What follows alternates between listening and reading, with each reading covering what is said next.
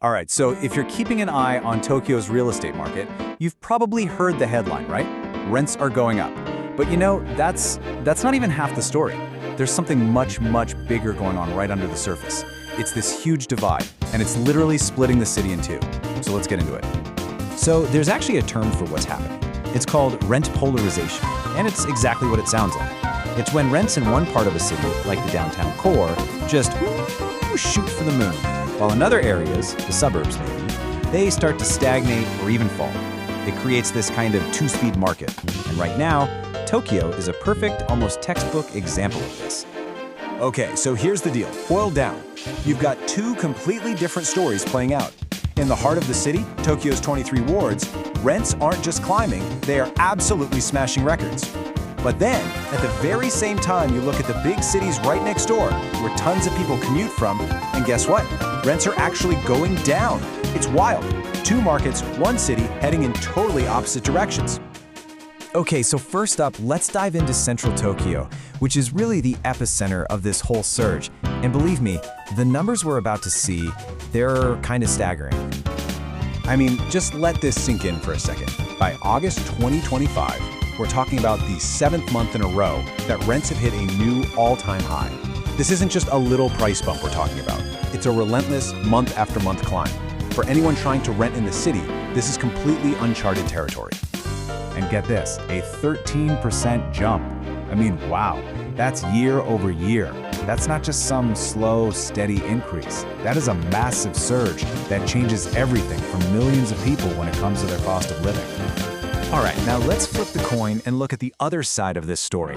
Because while central Tokyo is just overheating, the cities around it are telling a very different tale. We're talking stagnation and in some cases, even decline. And this chart, this just lays it all out, crystal clear. Look at this. In the same month that Tokyo's core wards ticked up just a tiny bit, look what happened in the cities right next door. Yokohama is down over 2%. Saitama down 2.5%. Chiba down 1.5%. So while Tokyo is still inching upwards, its neighbors are all sliding in the opposite direction. And here's the really interesting part. When you average all this out, what do you get?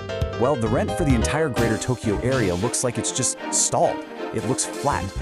But that average is so misleading because it's hiding all of this drama happening underneath. It's like one person is running a fever and the other is freezing, but their average temperature is perfectly normal. It's a total illusion. So of course, this begs the huge question, right? Why is this happening? Why is one market completely on fire while the other is cooling down so fast? Let's dig into the economics driving this whole thing. Well, it really boils down to two completely different sets of pressures. In central Tokyo, it's a classic supply and demand crunch. You've got more and more people moving in, which creates insane demand. On top of that, property prices themselves are skyrocketing, and landlords, well, they have to pass those costs along to their tenants. But out in the suburbs, it's a different story. A lot of the apartments and houses are just older. They're aging, they're less appealing, so landlords actually have to drop their prices to attract people. So where is this all headed? What does this widening gap actually mean for the future of Tokyo? Is this just some temporary thing, or are we watching the city reshape itself in real time? And look, it's really important to get this. We're not just looking at one single report here. This isn't an anomaly. We're seeing this confirmed across multiple different research indexes. They're all pointing to the exact same conclusion. This gap isn't just real, it's widening. You know, the experts are pretty much all on the same page here. This quote from the analysis really says it all. Basically, as long as people and money keep flooding into central Tokyo, that pressure pushing rents up, yeah, that's not going to ease up anytime soon. So, if there's one single thing you take away from all this, let it be this. The rent gap, that divide between the city center and the suburbs, it's not closing. In fact, everything suggests it's only going to get wider. And that leaves us with a really big question, doesn't it? Because this isn't just about economics or data points on a chart. This is about real people, about their lives, about their futures. As this cost of living divide gets deeper and deeper, you have to wonder, how is this going to shape where the next generation can even afford to live?